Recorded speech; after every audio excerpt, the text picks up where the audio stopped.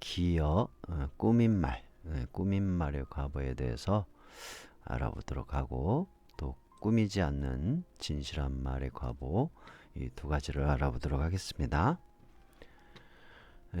꾸민말의 과보, 내가 꾸민말을 했을 때 어떠한 과보가 있는지 그거를 좀 먼저 알아보도록 그렇게 할게요. 첫 번째, 사람들이 내 말을 들어주지 않는 과보를 받게 되고요. 발음이 정확하지 않게 되는 과보를 받게 되고, 세 번째는 지혜 있는 사람을 만날 수 없게 되어서 어리석음에서 벗어날 수 없게 된다고 합니다.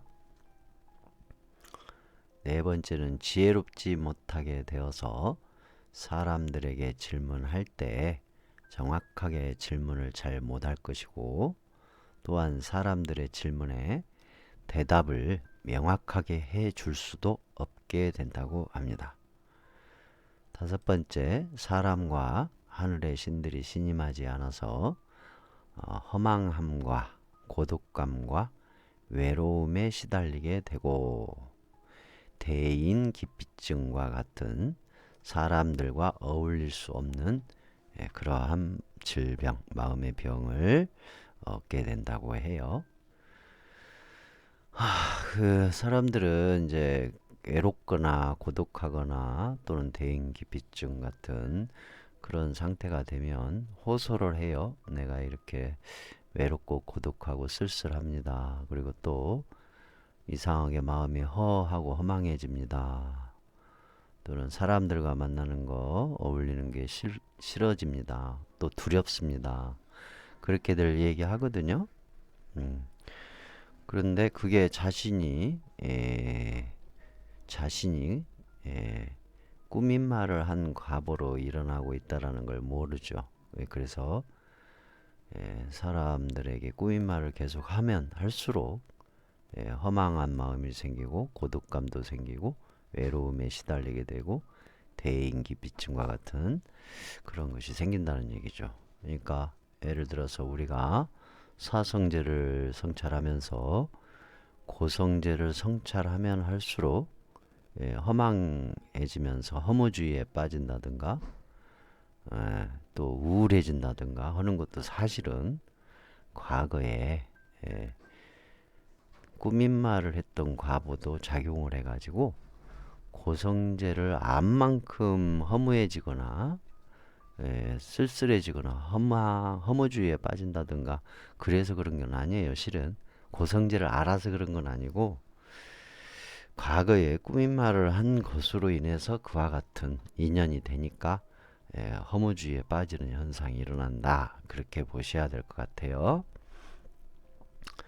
그 다음에 여섯 번째, 만약 끝까지 참여하지 않고 멈추지 않는다면, 꾸미는 말을 끝까지 참여하지 않고 자기를 정당화시키고 합리화시키고 그러면서 멈추지 않는다면 사람들에게 황당하게 버림받게 된다. 사람과 하늘에게 황당하게 버림받게 되어서 기가 어두워 몸으로 행동해야만 되는 힘든 생활을 하게 된다. 그렇게 돼 있네요. 그리고 일곱 번째, 죽어서 소리를 듣지 못하고 몸의 감각으로만 사는 갈래에 태어나게 된다고 합니다.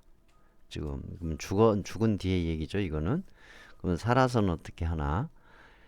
살아서도 지혜로운 말이나 또 나에게 이익이 되는 말을 누가 해줘도 그것을 이해하지도 못할 뿐만 아니라 받아들일 수 있는 마음의 자세가 만들어지지 않아서 항상 지혜가 성장하지 않아서 쉽게 얘기하면 몸으로 때우는 인생을 살게 된다 그 얘기예요.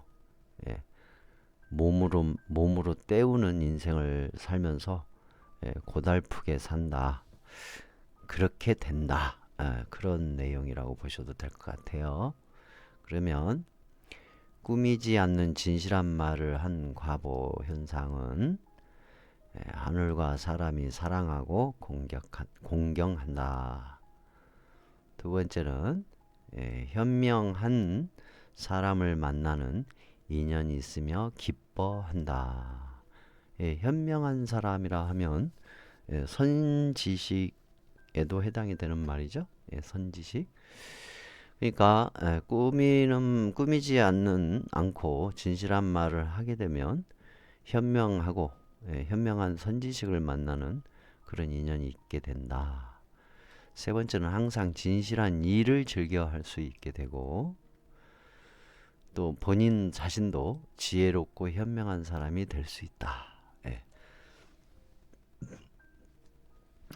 반야지혜를 얻어서 깨달음을 얻고자 하는 사람이 수행을 하면서 자꾸 꾸민 말을 하고 다니면 지혜롭지가 않게 되고 현명하지도 않게 돼요.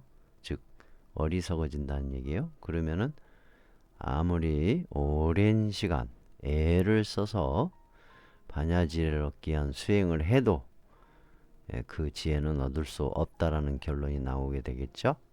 그런 내용으로 보셔도 되겠네. 다섯 번째, 말을 하면 능히 받아들여진다.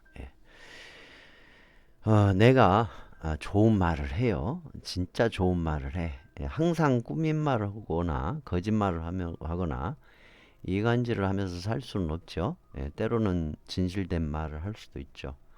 그러니까 평소에 꾸민 말을 많이 한 사람이나 거짓말을 많이 한 사람이나 이간질을 많이 했던 사람이 진실한 말을 하게 돼도 사람들이 받아들여 주지 않죠. 즉 늑대 소년이 돼버린 거예요. 늑대 소년.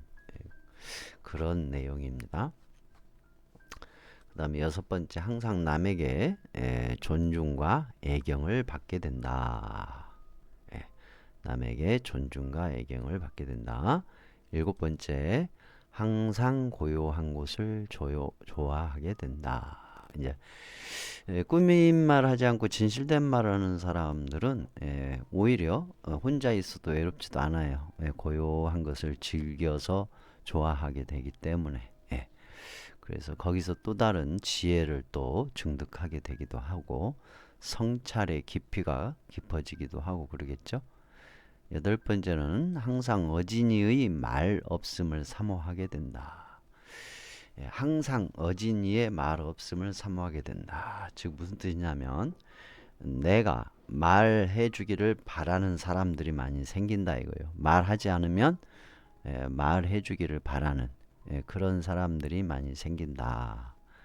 진실한 사람, 진실한 말을 하는 사람이 말을 하지 않으면 말해 주기를 바라는 그런 사람들이 생기게 된다. 그 다음에 아홉 번째, 나쁜 사람을 멀리 할 수 있게 되고 어진 이를 친근하게 된다. 즉 나쁜 사람은 멀어지게 되고 멀어지게 되는 거예요. 그리고 착한 사람, 어진 사람이 이제 가까이 있게 되는 그런 현상이 일어난다. 열 번째는 이 꾸민 말을 하지 않는 착한 뿌리로서 깨달음을 구한다면 이 사람은 오래지 않아서 이 없는 지혜를 얻으며 깨달음을 얻으면 그 환경에는 다정한 중생이 태어나서 힘껏 기억하며 잊지 않고 즐거이 머문다. 다정한 중생이 태어난다고 그랬죠? 살아서는 어떤 일이 벌어지냐면 다정하고 진실된 중생들 또는 사람들이 가까이 있게 된다. 그렇게 보셔도 될 것 같아요. 이상으로 꾸민 말의 과보와 진실한 말의 과보에 대해서 간단하게 알아봤어요. 참고하시기 바랍니다.